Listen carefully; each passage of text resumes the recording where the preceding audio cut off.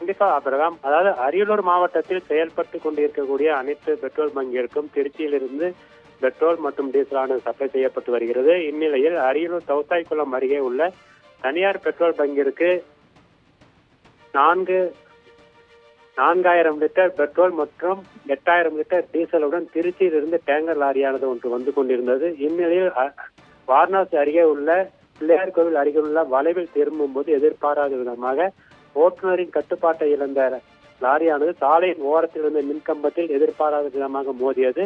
இதில் லாரியானது அருகில் இருந்த பள்ளத்தில் தலைக்குப்புற கவிழ்ந்தது. இந்நிலையில் டேங்கர் லாரியின் மூடி திறந்ததால் டேங்கர் லாரியில் இருந்த 4000 லிட்டர் பெட்ரோல் மற்றும் 8000 லிட்டர் டீசல் ஆனது முழுவதும் கீழே கொட்டி வீணானது.